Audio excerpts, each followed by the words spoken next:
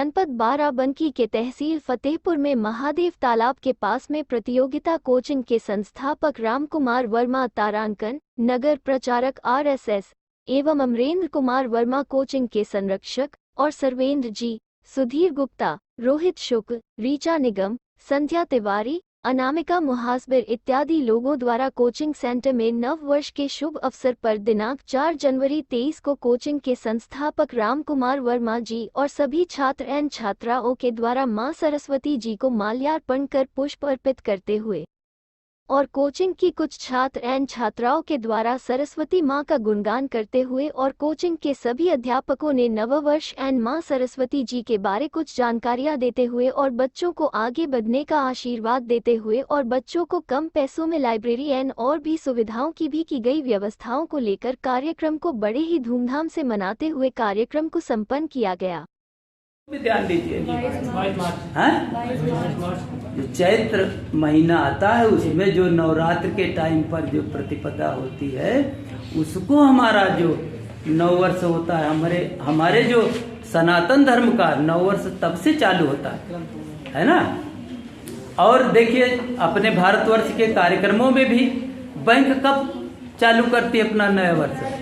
1 अप्रैल से, है ना। 1 अप्रैल, मार्च उसका लास्ट होता है। जो अपने जो धन का कार्य करने वाले, जिनको हम शुद्ध सब ठेठ भाषा में कहते हैं बनिया, ये लोग कब अपना चालू करते हैं नया वर्ष? इनका कब का लेखा जोखा समाप्त करके पूरा योग करके फिर कब से? हाँ नहीं बेटा, थोड़ा सा और बीच में है। ये लोग अपना लेखा दीपावली के बाद जब वो आता है द्विज से अपना शुरुआत करते हैं बेटा। तो ये सब अलग अलग, लेकिन ये जो बीच में टपका, ये हमको बिगाड़ने के लिए ये टपक गया है ना। तमाम सी चीजें इन्हीं शब्दों के साथ बेटा हम फिर अपनी बातों पर आ रहे हैं कि अपने जो सनातन धर्म के जो विचार हैं उनको आप संजोते रहें, उनको मत खोवें और नई नई परंपराओं में जीते जाएं। सबसे अच्छा ठीक है, बढ़िया है, लेकिन अपनी पुरानी परंपराओं को खोवें मत, उनको सबसे आगे रखें, वही सबसे मस्त है बेटा। इसी के साथ आप सबको शुभाशीष, सब लोग बढ़िया अच्छे अच्छे पदों पर, है ना। जितना हो सके, कुछ ऐसे उपकार होते हैं जिनमें कुछ नहीं लगता, रास्ते रास्ते जा रहा है, ठीक लग गई, उसको उठा दिए, एक हो गया। एक स्काउट गाइड में ये सब बताया जाता बेटा, बताया जाता ना।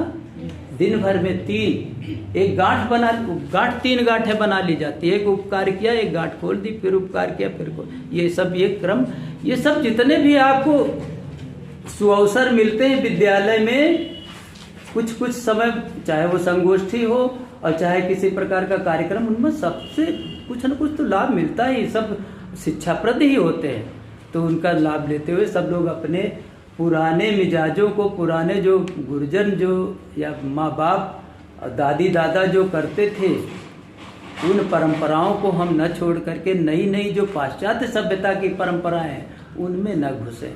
पुरानी परंपरा अच्छी कुछ हैं, उनमें भी, उनको भी अपनाते जाएं, लेकिन अपनी जो पुरानी परंपराएं हैं उनको न हटाएं।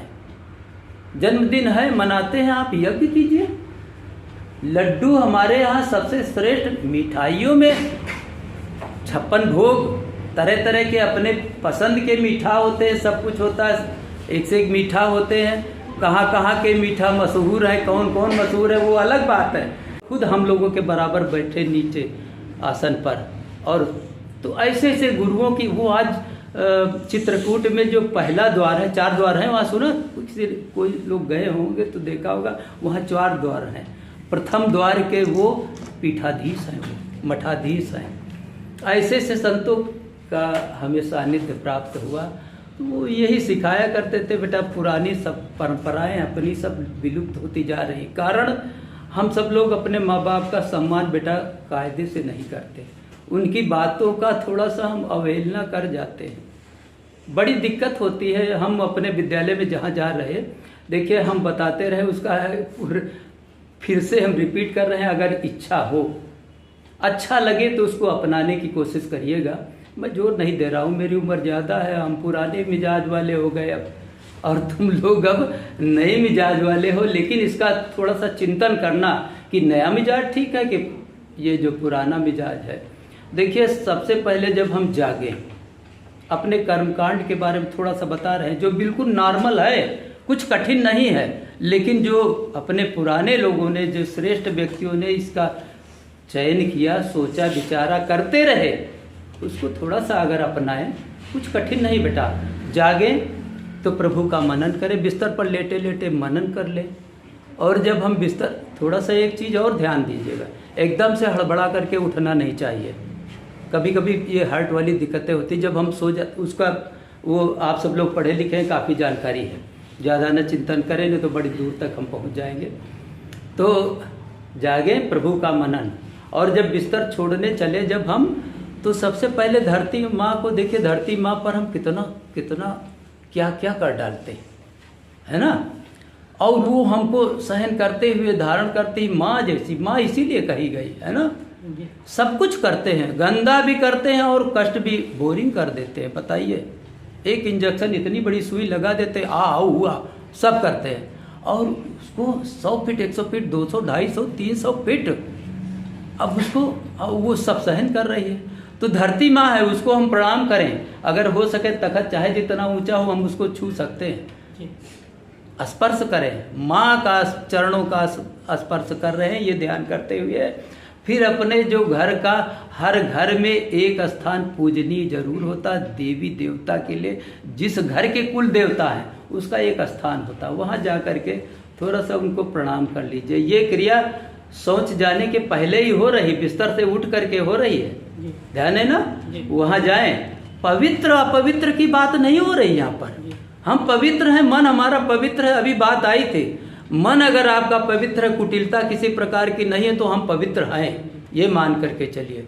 बड़े बड़े जो संत महात्मा जो आज इस समय इस वक्त पहाड़ पर बर्फों के बीच रह रहे हैं, कैसे रहते होंगे, कैसे पवित्र रहते होंगे। इसी तरीके से मन चंगा रखिए अपना, बढ़िया कुल देवता के पास जाइए, उसको प्रणाम कीजिए। अपने घर के जितने भी आपसे बड़े हैं, दादी दादा का सम्मान करते हुए देखिए, जब आप चरण छुएंगे दादी दादा के, उनके मुंह से जो आशीर्वाद निकलेगा। एक बात तो मानते हैं सब लोग कि आपके पास, हर व्यक्ति के पास, हर जीव के पास एक वक्त ऐसा आता है जो माता जी हमारी पहुंचती जरूर है, हम पहचाने ना पहचाने, प्रभु हमारे पास आते जरूर है। किस रूप में आएंगे, कब आएंगे, हम उनको पहचानेंगे नहीं पहचानेंगे वो अलग बात है, माता जी आएंगी जरूर। और क्या पता, जब रोज आप प्रणाम करेंगे तो हमारे माँ बाप के, हमारे दादी दादा के मुख से पता नहीं कौन सा आशीर्वाद हमको, हमारे लिए निकल जाए और हम क्या से क्या बन जाएं। एक बात हमें याद है बेटा, हम जो कुछ बने हैं, इतनी खराब स्थिति थी, हमारे पिताजी ने हमको पढ़ाया, तो उस स्थिति में उतने टाइम भी सब लोग नहीं पढ़ा पाते थे जिस स्थिति में उन्होंने हमें पढ़ाया। और हमारे गुरुजी की देन एक है कि हम बेटा 5 लोग कक्षा 8 में थे, 5 लोगों को विशेष दायित्व दिया गया था। हम लोग छोटे थे जरूर, लेकिन पढ़ने लिखने में थोड़ा सा गुरुजी की कृपा से, उन महानुभावों की, उन दयाल निधानों की कृपा से हम लोग थोड़ा सा तेज थे।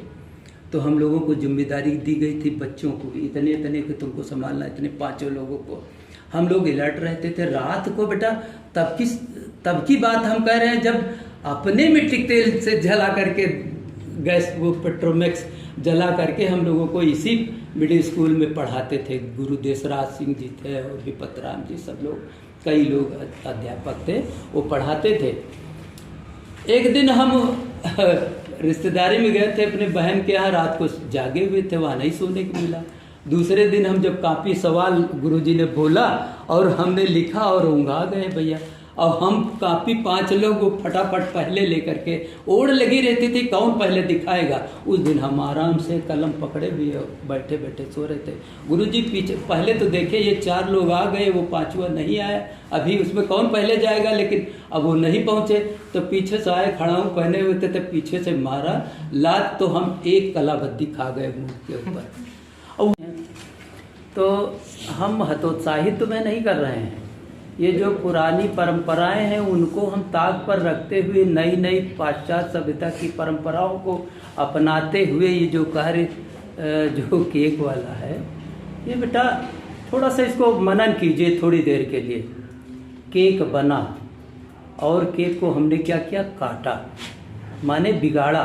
काटने का मतलब क्या है, सही अर्थ में सोचे तो काटा बिगाड़ा।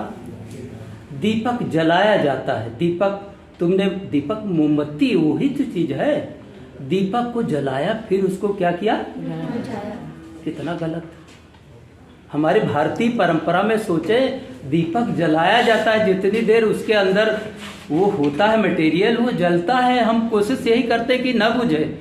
कुछ कार्यक्रम होते हैं जिनमें 24 घंटे के लिए अखंड दीप जलाया जाता है, और तुमने क्या किया, उसको जलाया फिर तुरंत। और किससे बुझा रहे हैं, किससे बुझा रहे हैं, ख्याल करें। जन्मदिन के दिन किस तरीके से बुझाया जाता है, कितना गलत है। ज्योति माँ स्वरूपा होती है। ध्यान दीजिए, अपने धर्म के आधार पर सोचिए। ज्योति माँ स्वरूपा होती है। कहाँ कहाँ से लोग दीपक ज्योति जला करके लाते हैं, अपने यहाँ उसका कार्यक्रम करते हैं। और उसको आपने क्या किया, बड़ी श्रद्धा पूर्वक जलाया, और फिर उसको, कितना गलत है बेटा। और फिर क्या किया, क्या क्या करते हैं उसको आप सोचे, लेकिन उसका मनन कीजिए कितना गलत करते हैं। और वही परंपरा हमारे विद्यालय में और हमारे होते हुए अगर होती, हमको थोड़ा सा खला, क्योंकि हम पुराने मिजाज के हम ऐसे किस्से से हैं जिन्होंने ये हमें बराबर बराबर बताते रहे। और मेरे तो ऐसे गुरु रहे, एक साहेब दयाल श्रीवास्तव जी प्राचार्य गणेशपुर डाइट के थे वो। हम जब गए उसी 3 महीने में उन्होंने संन्यास ले लिया। बहुत कई वर्षों से उनका प्रयास था। वो इतने संत थे, प्रिंसिपल थे, डायरेक्टर हमारे सामने आए और हम लोग कार्यक्रम थोड़ा सा उनके लिए करे स्वागत के लिए। तो उन्होंने उनके समक्ष आसन नहीं ग्रहण किया, इतना सम्मान देते थे। शाम को जब प्रवचन वो देते थे तो तखत एक था, मंच बनाई गई थी, उस पर डायरेक्टर साहब को बैठने के लिए सब व्यवस्था उन्होंने पकड़ करके बैठा दिया साहेब दयाल श्रीवास्तव जी को।